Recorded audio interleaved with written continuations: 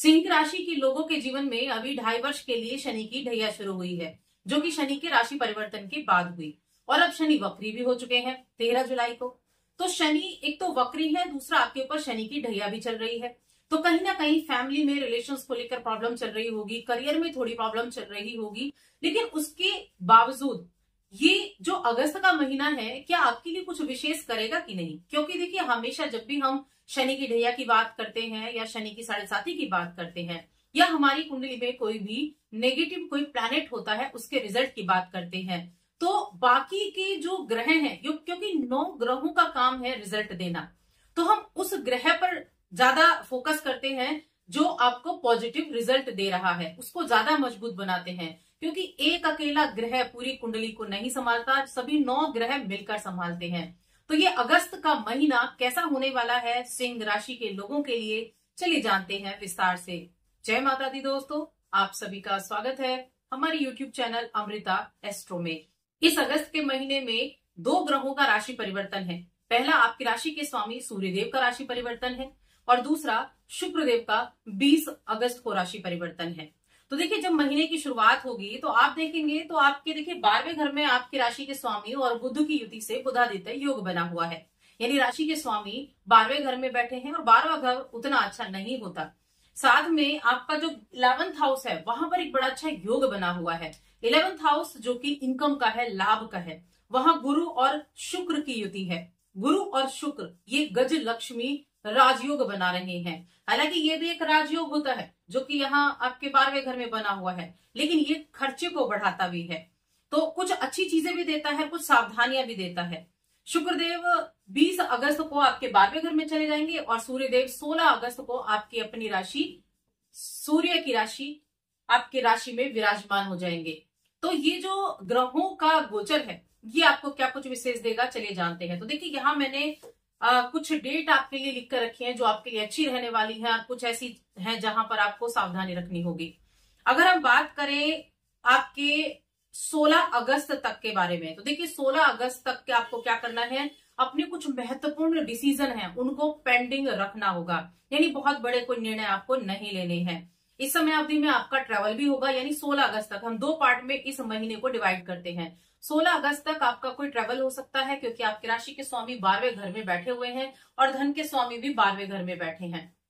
जिस चीज की आपके मन में इच्छा थी, विदेश जाना चाहते थे, खास तौर से विदेश का योग बहुत अच्छा बना हुआ है आपके लिए, तो विदेश से जुड़ा हुआ ट्रेवल भी आपके लिए रहेगा और साथ में काम से संबंधित ट्रेवल भी आपके लिए हो सकता है, लेकिन साथ ही खर्चा भी होगा। अब देखिए, खर्चा ट्रेवल में खर्चा होता है, ट्रेवल में भी खर्चा हो सकता है इस समय अवधि में।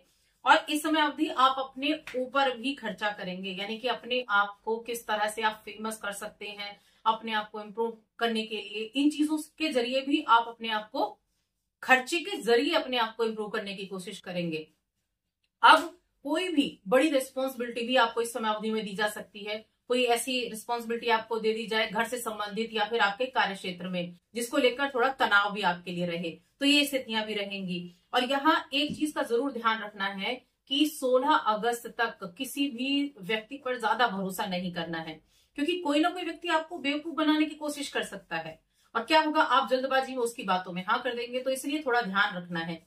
यही चीजें आपको किसी भी प्रॉपर्टी में इन्वेस्ट या प्रॉपर्टी को खरीदने के लिए आपको ध्यान रखना है, क्योंकि मंगल आपके दूसरे घर में बैठे हुए हैं और इस समय अवधि में कोई आपको ऐसी कोई जगह दिखा दे, ऐसी कोई प्रॉपर्टी दिखा दे जो बड़े सस्ते दामों में मिल रही है, तो सतर्क हो जाएं तुरंत, क्योंकि यहाँ कोई आपको बेवकूफ बनाने की कोशिश कर सकता है। तो थोड़ा सा आपको ध्यान रखना होगा। जो भी प्लानिंग आप करेंगे अपने फ्यूचर को लेकर, कहीं आपको काम शुरू करना है, कहीं आपको कुछ नए काम की शुरुआत या अपने काम को थोड़ा बढ़ाना है आपको, यानी कि फ्यूचर को लेकर जो भी प्लानिंग है किसी से शेयर नहीं करनी है। इन चीजों का आपको ध्यान रखना है। क्यों करना है? क्योंकि केतु आपकी राशि में बैठे हुए हैं। अपनी प्लानिंग किसी के साथ शेयर ना करें, अपने तक ही सीमित रखें, जब तक आप उन पर अमल ना कर लें, जब तक आप उनको गति ना दे दें। तो इस चीज का अच्छे से आपको ध्यान रखना है। 16 अगस्त को सूर्य आपकी राशि में आ जाएंगे, केतु के साथ बैठेंगे। अब देखिए, सूर्य तो अपनी राशि में 1 वर्ष के बाद आ रहे हैं, उनके लिए बड़ी अच्छी बात है, 1 वर्ष के बाद अपने घर में आ रहे हैं, लेकिन पहले से ही वहां केतु विराजमान है। यानी कि अगर कोई 1 वर्ष के बाद अपने घर लौटे और फिर देखे कि वहां पहले से ही एक शत्रु बैठा हुआ है, तो कहीं ना कहीं मन थोड़ा विचलित जरूर होता है। तो क्या होगा, ऐसे में आपका जो ध्यान रहेगा वो अपने काम को सही तरीके से करने पर रहेगा। लेकिन केतु कहेंगे जल्दी करो, केतु कहेंगे फटाफट डिसीजन लो। तो ऐसी स्थिति में समझदारी दिखानी है, कोई भी डिसीजन जल्दबाजी में नहीं लेना है, क्योंकि ये ऐसी दुविधा पैदा हो जाएगी कि किसी ने कुछ बताया और फटाफट आपने डिसीजन ले लिया। तो ये नहीं करना है, सोच समझकर डिसीजन लेना है, इस चीज का ध्यान रखें। एफर्ट जरूर बढ़ेंगे, लेकिन हाँ रिजल्ट भी आपको देखने को मिलने वाला है। तो थोड़ी दुविधा रहेगी, थोड़ा सा वाणी पर कंट्रोल आप करके रखेंगे तो अच्छी स्थितियां हो जाएंगी। और वाणी पर कंट्रोल करना बहुत ज्यादा जरूरी इस समय हो जाता है। क्यों हो जाता है? द्वितीय भाव जो वाणी का है वहां पर मंगल बैठे हैं। मंगल क्या, मंगल वाणी में कटुता लेकर आते हैं। तो मंगल आपको वाणी में थोड़ा पेशेंस बनाने के लिए कहते हैं, शब्दों का सही से इस्तेमाल करने के लिए कहते हैं। परिवार के साथ में बैठे हैं तब भी परिवार के लोगों के साथ अपने रिश्तों को अच्छा बनाए रखने के लिए भी तो थोड़ा ध्यान रखेंगे। अब देखिए दूसरे भाव में मैंने कहा मंगल की वजह से थोड़ा सा हो सकता है कि इस समय अवधि में चीजें जो है वो आपको पारिवारिक जीवन में अपनी वाणी के जरिए आप थोड़ा दिक्कत दे दें, क्योंकि ये वाणी का भाव है। साथ में बुध देव इस राशि के स्वामी हैं, जो संवाद के कारक हैं, वाणी के कारक हैं। तो इसीलिए थोड़ा सा ध्यान रखेंगे और वो आपके 12वें घर में होंगे। तो विदेश से लाभ तो आपको मिलेगा, विदेश से लाभ आपको मिलेगा 16 अगस्त के बाद, लेकिन कंट्रोल आपको अपनी वाणी पर जरूर रखना है। यहाँ शुक्र और गुरु ये आपके 11th हाउस में गजलक्ष्मी राजयोग बना रहे हैं, जो बहुत अच्छे रिजल्ट आपको देंगे। देखिए आपके तीसरे घर के स्वामी है शुक्रदेव, और आपके लिए आपके करियर भाव के स्वामी है। बहुत अच्छे रिजल्ट देंगे, इच्छाओं की पूर्ति भी कराएंगे, धन की प्राप्ति भी होगी। ऐसा कोई धन जो रुका हुआ, किसी के पास फंसा हुआ धन था, इंस्टॉलमेंट में वो आपको वापस मिलना शुरू हो जाएगा। और आप ये देखेंगे कि 11 अगस्त तक यहाँ आपको कहीं ना कहीं से पैसा जरूर प्राप्त होने वाला है। ये चीजें भी आपके लिए रहेंगी। संतान के मामले में बहुत अच्छा है, क्योंकि गुरु की दृष्टि संतान भाव पर है और शुक्र की दृष्टि भी संतान भाव पर है। संतान के लिए अच्छा है, शिक्षा के लिए अच्छा है, कुछ परिणाम आने हैं तो वो परिणाम अच्छे आएंगे। संतान की एजुकेशन पर खर्च रहेगा, लेकिन अच्छी चीजों के लिए, उनके एडमिशन के लिए खर्च हो सकता है। तो ये समय संतान के लिए भी अच्छा, शिक्षा के लिए भी अच्छा है। शेयर मार्केट में निवेश करते हैं तो थोड़ा ध्यान रखें, क्योंकि डिसीजन बस जल्दबाजी में नहीं लेना है, सोच समझ कर लिया गया निर्णय आपके लिए अच्छा रहेगा। वहीं अगर हम हेल्थ की बात करें तो देखिए 16 अगस्त तक आपका हेल्थ जो है वो मिले जुले प्रभाव देने वाला रहेगा, लेकिन उसके बाद चीजें ठीक रहेंगी। तो आपको थोड़ा सतर्कता रखनी है अपनी हेल्थ के लिए, थोड़ा सतर्कता रखनी है। माइग्रेन हो गया, गला खराब हो गया, इस तरह की चीजें आपको देखने को मिलने वाली है। तो यहाँ परिवार के ऊपर खर्चा भी इस महीने होता दिख रहा है, और घर का रेनोवेशन का काम हो सकता है, बिजली के उपकरण का काम हो सकता है। तो घर के रेनोवेशन पर खर्चा बनता हुआ दिखाई दे रहा है। इस समय अवधि में कुछ तीर्थ यात्रा के योग भी बन रहे हैं।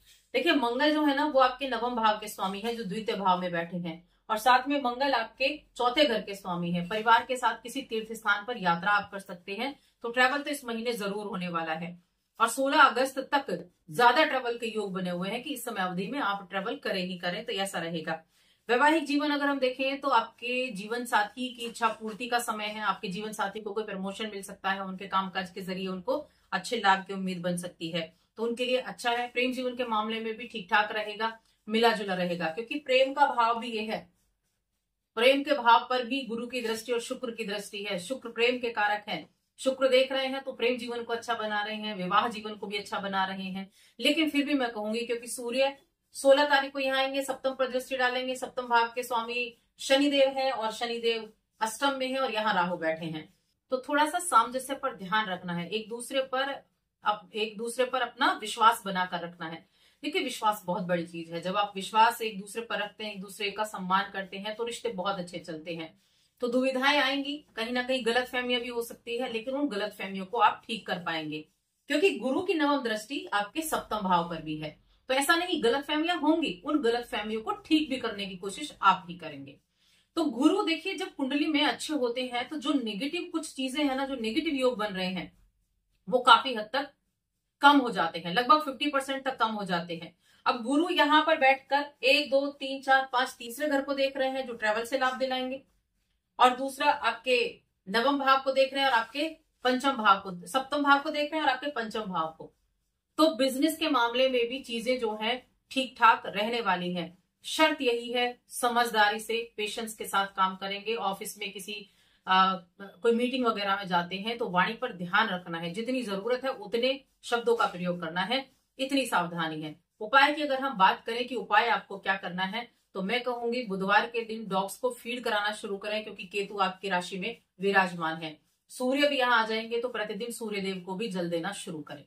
ये उपाय आप जरूर कर सकते हैं। तो बस आज की इस वीडियो में इतना ही। वीडियो कैसी लगी हमें कमेंट करके जरूर बताएं। जय माता दी।